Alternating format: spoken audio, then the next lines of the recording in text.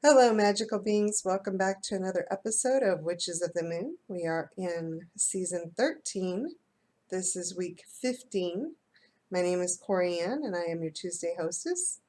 This week's topic is parallel paths, and parallel paths being paths other than what would be considered traditional witchcraft. That would be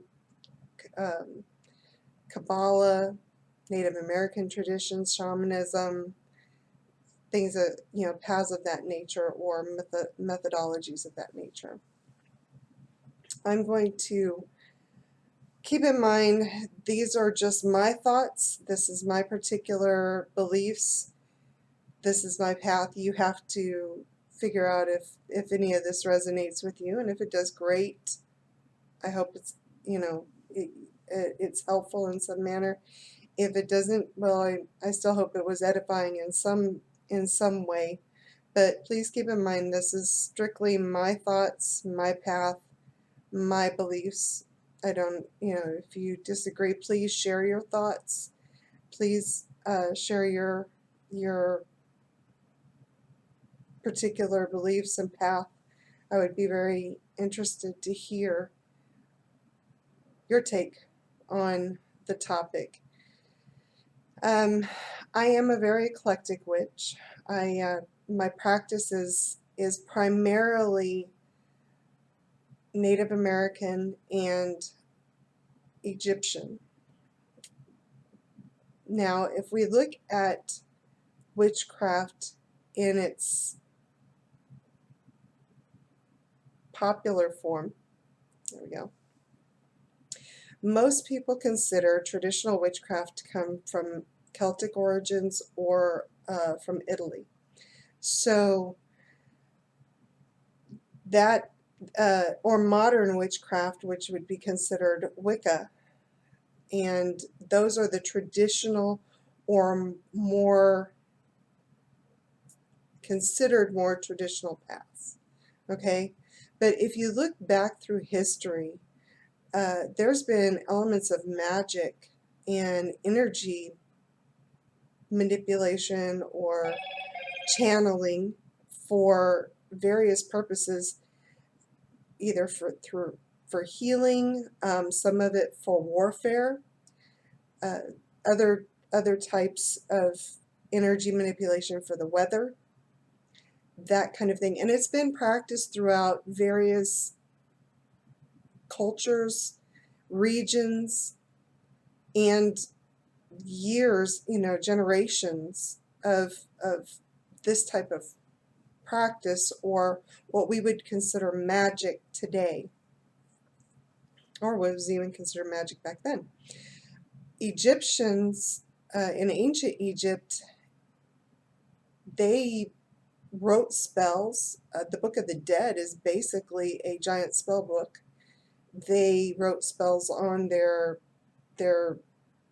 pyramids or their tombs to help protect the undead, or the dead, as they moved into the afterlife, rather than, and hopefully did not become the undead, right? Like mummy. But anyway.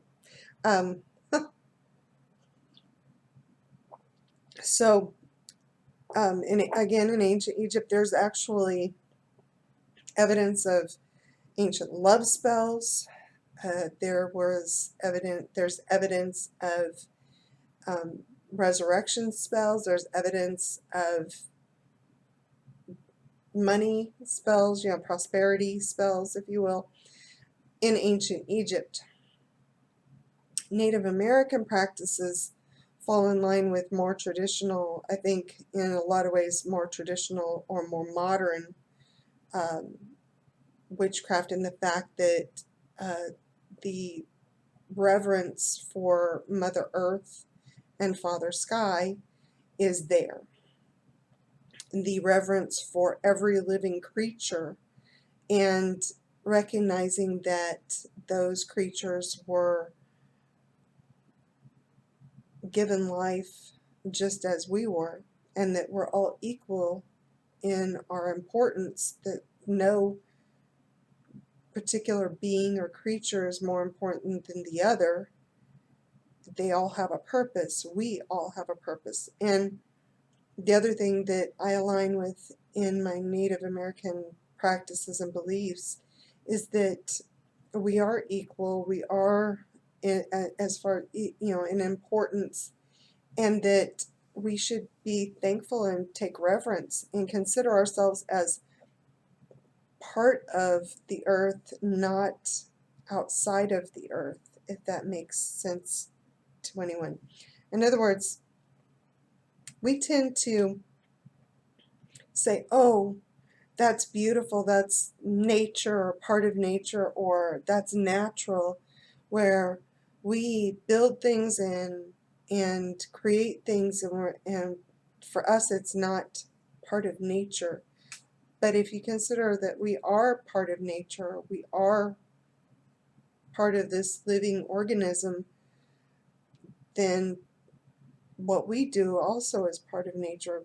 But that means we have to take even more care and responsibility in our actions and what we do in reference to how it affects Mother Earth and the other creatures that we share this earth with. So in that, I find I align very much with when I bless my food, if you will, or give thanks for what I've been given, especially when I'm about to eat. I will thank the sacrifices of whatever it is that I'm eating, whether it be plant or animal. I do give thanks for that particular creature's sacrifice for my benefit and for my nourishment. We rely on each other to live on this planet, and therefore we need to be thankful and give thanks directly to whatever has given itself up for us to be nourished and to continue to live. That's my personal beliefs. So in that aspect, and I get, a lot of my medicinal practice, my herbal witch practicing, part of my aspect. I mean, I believe, I don't know, I feel like I've got different aspects because, again, I'm very eclectic. There are certain things that I take that are very Celtic traditions. I do, tend to, when I do high ritual or when I'm doing a grand ritual, I will draw a circle. I do utilize the pentagram on pentacle in various aspects of my practice. I also call upon the elements or the quarters at times, depending upon what type of ritual or magic that I'm doing. So I do incorporate a lot of different elements and aspects and bits and pieces, if you will, of various paths that resonate with me. It's what resonates with me, just as it should be with whatever resonates with you. If it feels right, then it is right for you. What might be right for me may not be right for my sister, and what might be right for her may not be right for me. Just as it is with anybody else. We both practice, as most of you should know by now, since my sister is the Monday hostess. So just so you, in case you're new, it's viewing for the first time. But we have a very strong Celtic background in that both of my grandparents on my mother's side of the family, her mother and father were both half Irish. My grandfather, his mother was full-blooded Native American, and I remember her very distinctly. She would talk in a funny language sometimes. Now I know that it was her Native American language. and especially when she was upset. She would chew tobacco, but she would always make these concoctions or these pastes or salves that, if we got hurt or if we weren't feeling well or whatever, she would, have us eat it or drink it or put it on our skin. My sister, she would get very car sick, and my great grandmother would always give her like a ginger tea, which I believe, Natalie really liked it. I mean, it was soothing to her stomach, and she enjoyed it. It wasn't overpowering, but all the concoctions always kind of smelt funny to me, because they weren't things we were used to. Also, I remember very distinctly one time, one of my cousins got injured, got a scrape or whatever, pretty good scrape, and I remember her going and pulling off some bark off of a tree and chewing on it, and she snatched a couple of leaves off of another plant, and I believe it was a banana plant now that I think about it. It was either plantain or banana. And she's chewing this bark, spits it into this leaf and slaps it, to the horror of my cousin, on his cut as he's crying and wailing from the pain. And when she did that, his eyes got huge, and this look of disgust came across his face. And it was but after a few moments, and she sat there and she held it on there, and she was praying, and he goes, I remember him saying, "It tingles, it tingles," and she just she came out of her prayer and she smiled and she patted him on the head, and she says, "Now go sit and listen to the birds. They have a story to tell you." And he sat, and he said, "It doesn't hurt anymore." But it was weird. I felt this tingling. It was like tingling. And, so, hey, Native American magic, right? It healed up very quickly, the pain stopped, and the redness was immediately gone.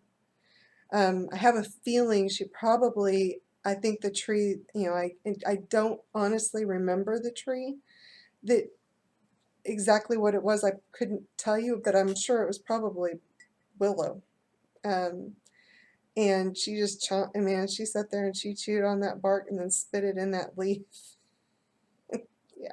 Anyway, I'm sorry. Storytelling. That's my Sagittarius in me. But so those, again, I believe there was an element of magic in that. She was praying or reciting either an incantation of some kind over it. She was holding it against his leg, his shin, and she, told him, "Hey, go sit and listen to the birds. They have a story to tell you." So we did. We sat and listened. We were listening for the birds, and they were singing and everything, but we couldn't tell what the story was, but we were listening intently. So again, our family comes from a very rich background of magical practices, if you will. My father's side of the family does, we again have Native American roots in his family. His is primarily English, Welsh, French, that area. But again, all cultures. I mean, if you look at Asian cultures or Far Eastern cultures, they use chi and believe in manipulating energy through chi, through the body, the energy centers of the body, and they utilized it in warfare and in practices of, acupressure, acupuncture, various things like that. They also use a lot of herbal remedies. Still to this day, herbal herbal remedies and herbal pharmacies, if you will, or uh, stores, apothecaries, exist in greater numbers in a lot of areas, especially in rural areas of Far Eastern cultures and cities, than they do in the major, than, a chemical pharmaceutical store or whatever. The people of those areas still utilize a lot of herbal remedies, teas, tinctures, in their foods, whatever, for healing and well-being, general well-being. Also, they use a lot of meditative practices, uh, incorporated both in their health, their overall well-being and overall health. Tai Chi, karate, all of these are not just, people, we see karate as a form of self-defense here, but there it's not only a form of self-defense, it's actually more of a side effect, if you will, or a second or third uh, function. It's more mind-body awareness, healing, alignment. That is more of the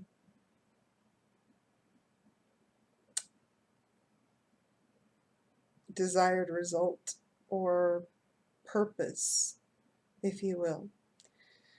So parallel practices can be incorporated throughout your particular personal path of practice. I have a bug in here, and I'd like to know where it came from.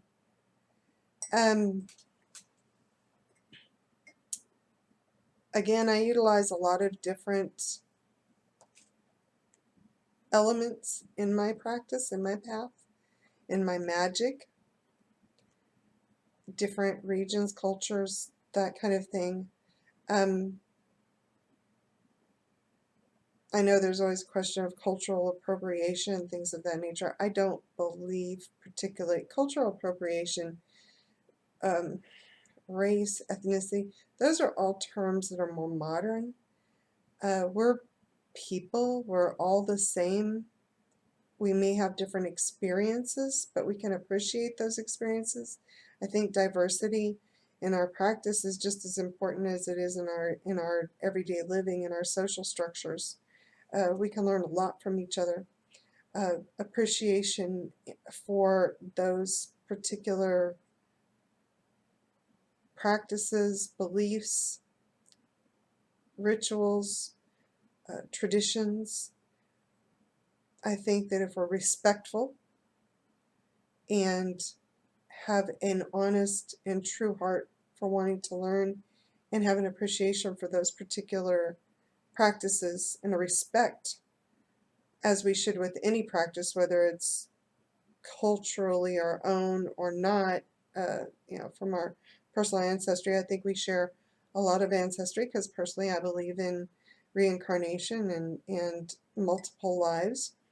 Therefore, what resonates with me may have been what I honestly, and not may have been, I know because I've done past life uh, research and